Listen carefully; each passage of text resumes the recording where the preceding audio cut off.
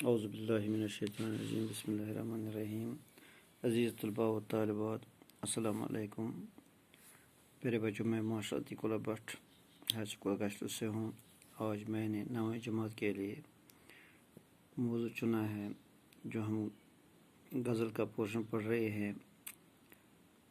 آج پرتپال سنگھ جو آپ کے نصاب میں ایک غزل گو شاعر جس نے اپنی غزل لکھی ہے، اس کی کچھ یہاں اشعار ہیں، ان کی میں تشریح آپ کو یہاں سمجھاؤں گا۔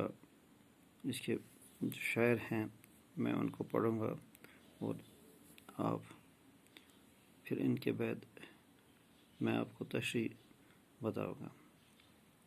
پرتپال سنگھ جو تھا، اس کا یہاں آپ کے نصاب میں پہلا جو شاعر ہے: نہ دے پختہ عمارت ایک کھنڈر دے، میں بے گھر ہوں مجھے کوئی گھر دے۔ نہ دے پختہ عمارت ایک کھنڈر دے، میں بے گھر ہوں مجھے کوئی گھر دے۔ اس شعر میں پرتپال سنگھ بیتاب اس کا تخلص ہے، اس کی غزل سے لیا گیا ہے یہ شعر۔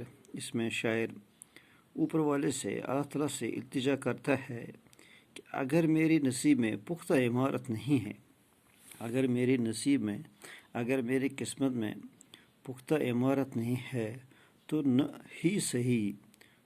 صحیح لیکن رہنے کے لیے مجھے اگر ٹوٹا ہوا مکان بھی مل جاتا تو میں اس پر بھی راضی ہو جاتا۔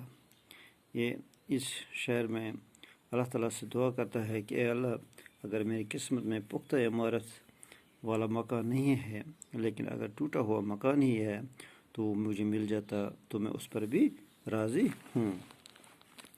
دوسرا شعر جو ہے: اگر ہوں راستے پر مطمئن کر، اگر ہوں راستے پر مطمئن کر، اگر بے سمت ہوں راہ سفر دے، اگر بے سمت ہوں راہ سفر دے۔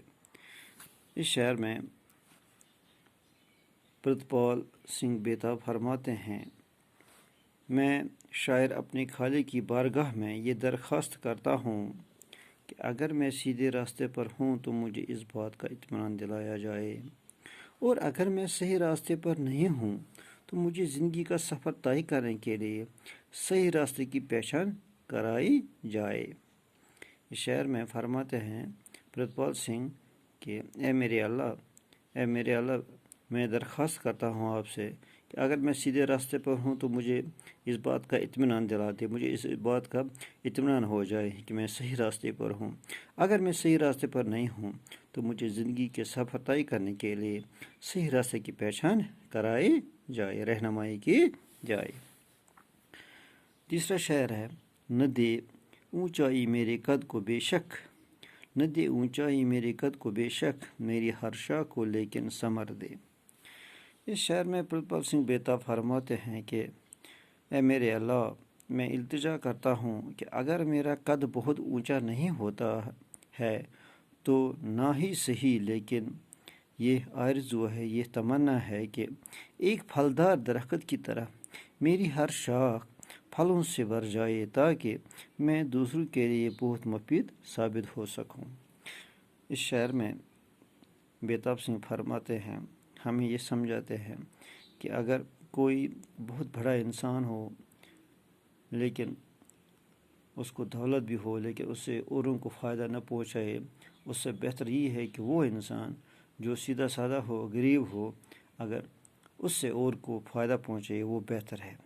یا کوئی اس میں فرمائے کہ کوئی ایسا اونچا درخت ہوتا ہے جسے پھل نہیں ہوتا ہے لیکن اس کا فائدہ نہیں ہے، لیکن مجھے وہ درخت بنا دے جس سے میرے شاخوں میں میوے ہو، پھل ہو، تاکہ دوسروں کے لیے میں مفید ثابت ہو سکوں، جو دوسروں کو فائدہ پہنچا جائے۔ پیارے بچوں، یہ تھے پرتپال سنگھ بیتاب کے کچھ اشعار جو میں نے آپ کے سامنے پڑھے اور تشریح بھی سنائی۔ پیارے بچوں، ان میں خیال رکھنا ہوتا ہے کہ جو بھی شاعر ہوتا ہے پہلے شاعر کا حوالہ دینا ہوتا ہے کہ یہ شاعر کس کی غزل سے لیا گیا ہے، اور پھر اس کے بعد اس کی جو اس نے لکھا ہوتا ہے اس کی تشریح کرنی ہوتی ہے۔ میں نے آپ کو پہلے بھی سمجھایا ہے کہ شاعر اپنے مختصر الفاظ میں بہت کچھ مقصد ہوتا ہے اس کو وہ سمجھاتا ہے ہم کو۔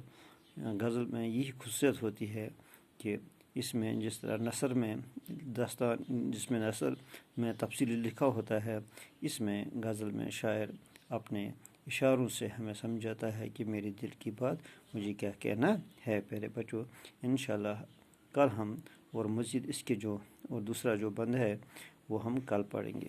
خدا حافظ۔